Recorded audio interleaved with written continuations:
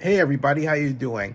What I'm about to explain to you is in the context of this program we just finished watching that featured Stephanie Smith here and Kevin Frazier, who's on Entertainment Tonight over there, talking about the LA wildfire tragedy, and also comments by President-elect Trump that a controversy around a tiny fish called the Delta Smelt stop water supply from flowing. I'm saying this because it's unbelievable, but this is what he's putting out there. But if you actually study it, it's not true. Flowing from the north to the south. Now, I've known for years that the water controversy has been a story of really how much urban environment you want to use, like in Las Vegas, for example, versus how much water there is to consume. And that has always fallen into debate when it has to do with slowing water to protect a certain species. But it never actually impacts the Southern California water situation because, like the Northern California water situation in terms of how water flows through those cities, they're local aquifers and feeders. In the case of the Delta Smelt issue became that because there was one body of water, the San Francisco estuary, that was impacted by the Delta Smelt. That's it. But because it's an environmental issue and it had to do with changing water flows in order to protect the smelt,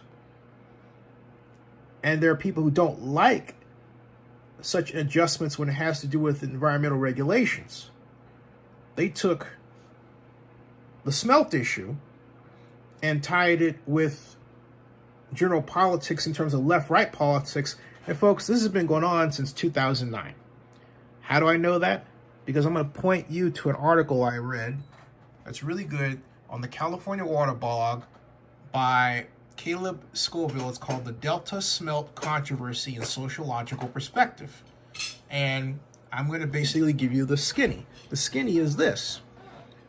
This environmental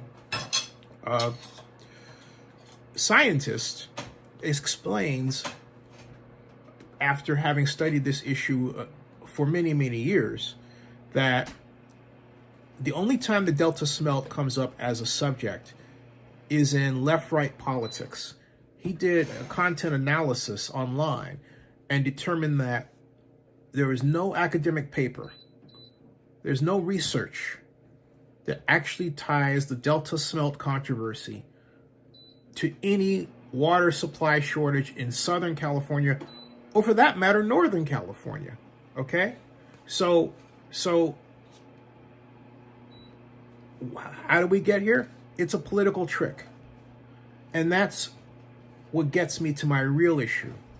It is shameful that the president-elect, the next president of the United States, would have his staff spend time, and Republican operatives would spend time trying to figure out how to pull the political rug from under Gavin Newsom in the middle of one of the greatest natural disasters in the history of humankind. You cannot describe what's happening and what has happened in LA and the Basin, the county, in any other way than that. We're looking at losses that, when all is said and done, will total near 200 billion. It's already at 60 billion. You already have fires going. You hear terms like 0% containment, which means they have not stopped the fires from burning, and the fires have continued to burn because there's material to be burned, and that means homes. Homes, homes, homes, homes, homes, homes, and acreage, and homes and acreage, okay? That's what's going on. And if we don't get this problem under control fast, and that means start to rebuild and start to marshal our resources now, this could very well wreck the entire American economy. Because California represents the 5th largest economy in the world. So if it represents the fifth largest economy in the world, and it is in the United States, and it is the state that has the largest number of people, 40 million, then it stands to reason that the goods and services that they are not able to buy impact the entire economic health of the entire country. Okay? So we've got to get this under control really fast. Really fast. This will shape the future of the United States for the next century. It's something that's got to be done right now. And we're not having that conversation. Instead, because the President of the United States has control of the bully pulpit, we're hearing about the Delta smelt. All right? The Delta smelt is a fish about yay big. That's it. It is not even a species that has any at all impact really on our supply. It is only the focus of an effort to retain it as a species. Had we not done so, past around 2009, 10, 15, it would have went into obscurity.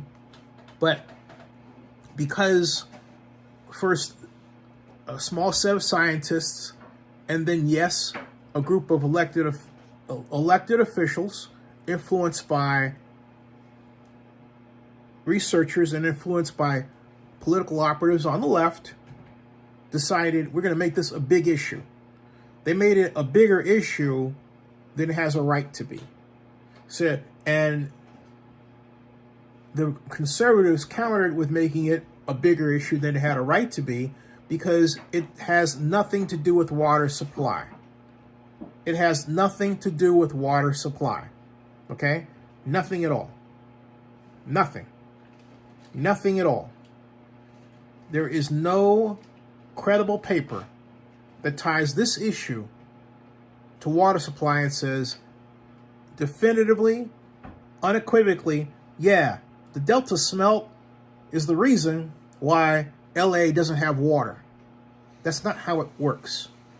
There are many, many different tributaries and many, many different water bodies in LA that comprise a complex water supply system that the Northern California area has little to do with, and vice versa. And vice versa. Donald Trump lied to you. He did not tell you the truth. He simply did not tell you the truth. And I don't care who talks to you or how loud Stephen A. Smith or anybody else yells, that yelling is not going to drown out the truth. All you have to do is study it for yourself, folks. We have the internet. I pointed to you right one area here. I pointed to you one area here. And there are other places to look. If you read this August 11th, 2024 article at CaliforniaWaterblog.com. The real problem is that we have, even if a home is standing and it's still standing in the fire area, the person that owns the home can't get to it. And so you have stores nearby that home and restaurants that have also been burned, like Casa Nobles in Pacific Palisades, that have been burned to the ground. There's a Bank of America right next to it, burned to the ground. There's a whole life infrastructure that has been wiped out. But it also means that the economic dollar flow has also been wiped out. What do I mean? I mean that if you work at that restaurant, you put your money into that bank, right? That means that that bank has your money, and then it could draw its revenues to operate its bank from the money you put into it. Well, that's gone. So the bank suffers. And then, because the bank suffers and there's no ATM there, there's no one to be able to draw their money out from if they need to, for cash reasons. They would have to go to an entirely other bank located someplace else. And depending on their mobility ability, that could be a chore or not. So when this kind of tragedy happens, The simple fact that you're wrecking a person's life ecosystem means that you're also wrecking their economic ecosystem. And because that economic ecosystem ultimately means them buying from you or somebody else, it means that you and that somebody else are infected negatively too. Now, that's even true if you and the somebody else are located in, say, another part of the country, because maybe they saw something online that you're offering that they bought. Well, they can't make any money right now, so they can't buy that from you. So who's hurt? You are. You are. All right? This problem has many tentacles. It is extremely complex, but the main drivers of the problem are simple. People are blocked from making their sources of income. People are blocked from living in their homes, their wealth source. People are blocked because those sources don't exist. All right? And so that is the main problem, and there's no way to get around it, and it has to be addressed and dealt with. But coming up with these fake news stories is not the way to go. Stop it right now in its tracks. Stephanie, you got paid to say that stuff. They handed you that information. They paid you a lot of money to say it. Everybody knows the game. Everyone's written about how you decided to turn over the conservative side because they're paying you $30 million. You have to be real and honest about that. Because otherwise, one way or another, that's going to be found out anyway. So my suggestion to you, my friend, is just simply cough up the truth right now and say where you're coming from and let the American public deal with and digest the truth and let those chips fall where they may.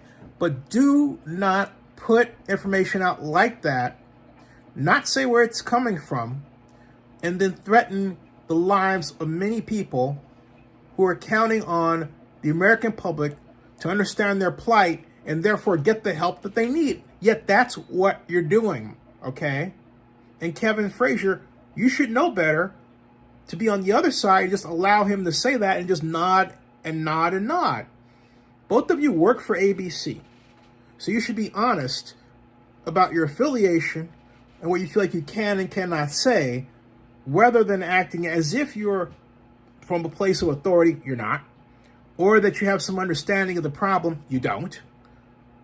The only thing that you have, which in Kevin Frazier's place is very powerful, is the experience of being in the middle of the firestorm and interviewing many people that we've grown to love for their performances, like Victor Braden on Young and the Restless and other celebrities who have lost everything that they have and would like to get it back as soon as they can, but there are memories you just simply can't. Well, they just that and nothing more because they've been devastated. And they've been devastated for reasons that really, they should not happen. They should not happen. Governor Newsom, give him credit for being on the ground and not, in an office somewhere watching television and making comments from a distance. President Trump hasn't flown down there. President Biden has been down there. Did the politicians handle themselves as they should have? No. Were they too self-congratulatory? Yes. Was that an awful thing? Absolutely. Do Democrats have to rediscover their love for and our historic expertise in economic development? Yeah, because we forgot it over the last 15 years plus. We need to get it back. And Oakland, in particular, shows the degree to which we've fallen off the wagon when it comes to it. We have to do better. And economic planning has to be done now. Okay? It has to be done now. Because if it's not done now, and we allow for this problem to continue, many, many people will suffer their livelihoods and ultimately will be affected, not just in California, but in Pennsylvania, Florida, Hawaii, Illinois, all over the United States of America, because we're talking about the 5th largest economy in the world, and that is California. And we're talking about a major part of it, which is Southern California. which includes Los Angeles, which is the largest outside of New York region there is in the United States. So we've got a giant problem we've got to solve, folks. I mean, enormous problem. President Trump is wrong. The Delta smelt has nothing to do with the problem. Get off it. Get off it. Get off it now. We need to solve the real problem, which are such things as very old fire extinguishers. We have water faucets down there that aren't working properly. I understand there's a whole reservoir was taken offline. I just heard that on one broadcast. Horrible. That would have helped the Pacific Palisades.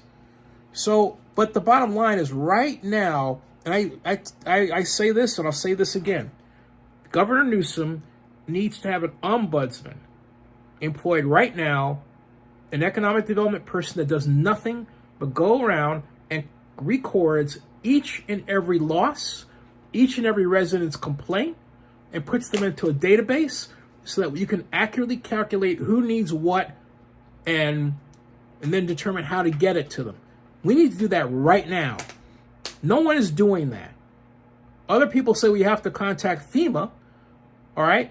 But the state of California needs to be chronicling these right now. It needs to have a database that people can go to right now and put their inputs in that's private and secured with 3-factor authentication, not just 2, 3 factors. So that's really hard to break into. And then do this. We need to get serious about this stuff. The politics throw away. And Stephen A. Smith, you owe everybody an apology. The Delta smelt has nothing to do with this, man. And shame on you for not researching and finding out the truth rather than putting out that blather on your otherwise great show. Just being honest. Subscribe to Zenny62 on YouTube and bookmark ZennyReport.com. Thank you.